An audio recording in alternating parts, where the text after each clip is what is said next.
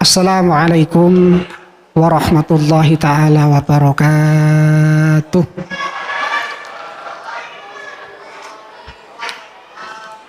Bismillah, alhamdulillah, wassalatu wassalamu ala rasulillah Muhammad ibn Abdullah wa ala alihi wa sahbihi wa mawalah. Rabbi syrah li sadri wa yassir li amri wahlul uqdatam min lisani yafqahu qawli. Al-Mukarramun, para alim, para ulama, para sesepuh, bini sepuh, para bapak kiai, para ibu nyai, para ustadz, para ustadzah, wabil khusus pengurus besar takmir Masjid Jami' Nurul Yakin, hadirin hadirat jamaah sholat isya, tarawih dan witir yang insya Allah mudah-mudahan kita semua termasuk hamba-hamba Allah yang dirahmatinya. Amin ya rabbal alamin. Alhamdulillah, kita pada malam hari ini sudah memasuki etape ke-6 bulan suci Ramadan atau puasa kelima tepatnya. Mudah-mudahan kita di bulan puasa ini tidak hanya mendapatkan sahnya pahala puasa, tapi mendapatkan ganjaran pahala Ramadan. Amin ya rabbal alamin. Para hadirin sekalian yang dimuliakan oleh Allah Subhanahu wa taala, mari kita flashback sejenak. Kita bandingkan Ramadan tahun ini dan Ramadan dengan tahun yang lalu. Apakah sudah kita termasuk orang-orang yang semakin rukun atau justru malah sebaliknya? Kenapa demikian, ma'asyiral hadirin? Kalau kita teliti dengan bersama, bulan Ramadan itu merupakan pendidikan bagi kita agar hidup kita ini semakin bersatu dan semakin rukun. Coba kita buktikan. Yang pertama, tidak ada kumpul-kumpul yang sering kita lakukan sebanyak yang kita lakukan di bulan suci Ramadan. Betul? Kita setiap malam diperintahkan untuk sholat sunnah tarawih, kumpul-kumpul lagi. Setelah tarawih kita sunnah untuk bertadarus. Bertadarus itu saring membaca dan mendengarkan dan mengingatkan. Otomatis kumpul-kumpul lagi. Biasanya kajian yang hari-hari biasa tidak kita laksanakan, di bulan suci Ramadan lebih rutin kita laksanakan. Kumpul-kumpul lagi. Maka inti sebenarnya dari bulan suci Ramadan, kita dianjurkan oleh Allah menjadi umat yang bersatu, umat yang rukun, walaupun kita masing-masing banyak perbedaan. Tidak mungkin Bapak Ibu kita sama semua, betul nggih? Saya tanya, di sini apa sama semua? Tidak sama. Cara berpakaian juga tidak sama. Enten sing kopiahan, enten sing boten. Ada yang pakai celana, ada yang pakai sarung, ada yang pakai mukena, betul, ada yang mukenanya kewalik, BWE loh nggih. Tapi ndak ada insyaallah. Intinya apa? Yang kita lihat bukan perbedaannya, tapi yang kita lihat sama-samanya. Ndak usah jauh-jauh Bapak Ibu hadirin. Salat kita pun ndak ada yang sama persis, betul nggih? Betul. Ada yang takbiratul ihramnya mengangkat sampai ke atas kepala tangannya, ada yang di dada, ada yang di sama dengan telinga, sejajar dengan telinga dan lain sebagainya. Enten sing sendakep, enten sing bujur, biasa, sama. Yang penting bukan kita lihat bedanya meskipun kelihatannya banyak, tapi yang kita hitung samanya. Wong cara sujud saja berbeda, Pak. Betul nggih?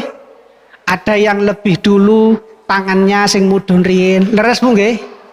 Ada yang lebih dulu turun dulu lututnya atau dengkule. Biasanya nek wong sepuh sing mudhun riyin sing pundi, Pak? Tangani dulu nggih, tangani dulu. Mana yang betul? Sama-sama benar. Riwayatnya sahih, satu ketika Rasulullah pernah sujud dengan mendahulukan tangannya, kemudian pernah juga sujud dengan mendahulukan lututnya. Sing salah niku nek sing sujud sing mudhun dhisik batu. Nah niku salah. Niku mboten sujud tapi njelungup lagi. Segitu saja. Kadang-kadang kita terlalu mempermasalahkan hal yang sepele, yang sunat kita masalahkan, tapi yang wajib kita lupakan. Wong tahiyat aja berbeda, Pak. Kalau Imam Syafi'i kita tahiyat, asyhadu alla ilaha illallah, tangannya baru naik. Wa asyhadu anna Muhammadar Rasulullah, seterusnya sampai salam baru turun. Imam-imam yang lain boten. Imam Hanafi ketika asyhadu alla kita naik tangannya, kemudian la ilaha illallah itsbat turun tangannya. Belum imam-imam yang lain. Imam Hambali tambah nemen, setiap ketemu lafal Allah naik tangannya. At-tahiyatul mubarakatus shalawatut thayyibatulillah. Assalamualaikum ayuhan nabi warahmatullah. Naik terus. Jadi jangan heran kalau ada yang tahiyat ngene-ngene tangani mboten usah dilokne, punya dasar dhewe. Sing penting salat. Sekarang sudah insya Allah lebih berpendidikan. Malah ada yang ditanyakan, salat itu kalau sesudah salam ngusap wajah hukumnya gimana Ustaz? Ya saya jawab, enggak apa-apa wajah-wajahnya dewe. Sing salah mari salat ngusap wajah sebelah. Nah niku sing salah. Nah niku sing salah. Perkara seperti itu ndak usah dipermasalahkan. Insya Allah kita sudah dewasa. Dulu kunut subuh dipermasalahkan. Ada yang kunut, ada yang ndak kunut. Tapi sekarang sudah ndak, sebab banyak yang ndak sholat subuh. Nah, naudzubillah. Insya Allah sholat subuh semua. Saya di masjid ini luar biasa, penuh sesak. Sampai hari terakhir insya Allah juga penuh sesak. Amin ya robbal alamin. Kemudian kenapa kita juga harus kumpul-kumpul dan semakin bersatu di bulan suci Ramadan? Coba kita lihat. Ada satu ibadah yang Allah khususkan, diwajibkan di bulan suci Ramadan. Yakni apa? Mengeluarkan zakat. Kalau zakat mal tidak tertentu waktunya, bisa di luar Ramadan, bisa di dalam bulan Ramadan. Tapi khusus zakat fitrah harus disertakan maksimal di akhir bulan Ramadan. Apa artinya? Kita harus saling menjaga hubungan sosial, yang kaya dengan yang miskin, semakin selalu bersama, semakin menjalin silaturahim. Oleh karenanya Bapak Ibu, bersatu itu tidak mesti sama semua, tidak mesti. Di dunia ini ada yang berbeda, tapi kalau sudah bersama jadi enak.